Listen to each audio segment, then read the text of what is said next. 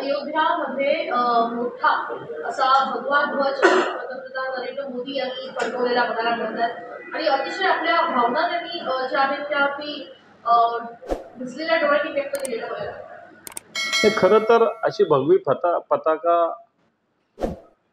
लागणं हे तर सर्व हिंदूंसाठी भारतीयांसाठी अभिमानाची गोष्ट आहे, स्वाभिमानाची गोष्ट आहे। कारण शेवटी हा ध्वज काही एका मंदिराचा नाही आहे, एका भावनेचा आहे, एका विचाराचा आहे आणि तो फडकणं हे काही मला असं वाटतं एकंदर ओव्हरऑल भारतीयांसाठी किंवा हिंदूंसाठी अतिशय अभिमानाचा तो प्रसंग आहे असं मी मानतो त्याला। पण जसं आपण बघितलं की याच्या अगोदर जे आहे ते अयोध्येच्या राम मंदिराचं उद्घाटन तर करण्यात आलं होतं आणि आता एक पुन्हा एकदा महत्त्वाचा एक टास्क म्हणू शकतो किंवा एक इव्हेंट ती या निमित्तानं बघायला मिळाली। याचाच अर्थ असाही होतो की आज भगवा झेंडा कधी लावत असतात मंदिराचं काम पूर्ण झाल्यानंतर। आता गावागावात आम्ही जात असतो, 3-4 दिवसाचा एक आठवड्याभराचा आम्ही कार्यक्रम घेतो, मंदिर बांधलं जातं, मग त्याच्यावर भगवा शेवटचा कार्यक्रम असतो भगवा फडकवणं। याचाच अर्थ की आधी जे मंदिराचा जो केला होता तो फक्त एक इव्हेंट त्यांनी केला होता।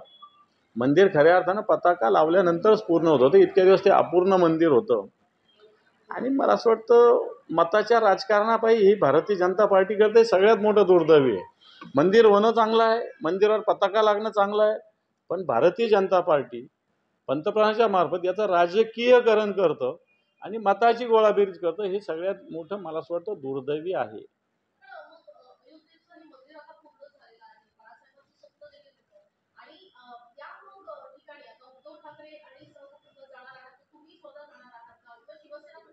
हे पहा, प्रभू श्रीराम हे या हिंदुस्थानी जनतेच्या हिंदूंच्या मनामनात आहे, रोमारोमात आहे, या मातीच्या कणाकणात आहे। त्यामुळं राम आपण म्हणतो मनात राम असला पाहिजे। जसं हनुमानाने छाती फाडून दाखवलं की प्रभू श्रीराम इथं आहे, ते इथं असणं जरुरी सगळ्यात महत्त्वाचं। आणि तो मला असं वाटतं उद्धवजींच्या असेल, आमच्या सगळ्यांच्या मनात आहे ना। आम्ही काय कोणी जायला सांगितलं म्हणून जायची काही गरज नाही आहे, आम्ही न सांगताही गेलो होतो। त्यावेळेस उद्धवजींनी घोषणा दिली होती, पहिले मंदिर फिर सरकार। हे आम्ही भारतीय जनता पार्टीला ठणकावून सांगणारे उद्धवजी आहेत। त्यावेळेसही बाबरी ढाचा पडला तेव्हा हे ज्यांनी केलं असेल, आमचे शिवसैनिक असेल, तर त्याचा स्वाभिमानी म्हणणारे बाळासाहेब ठाकरे आहेत। आणि त्याच्यामुळे मला असं वाटतं उद्धवजींनी कधी जावं का नाही जावं, राम तिथंच आहे। राम तर मनामनात आहे, कणाकणात आहे, रोमारोमात आहे।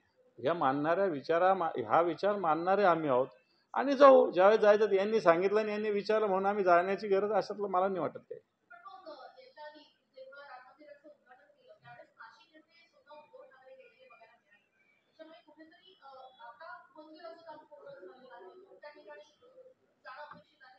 हे बा,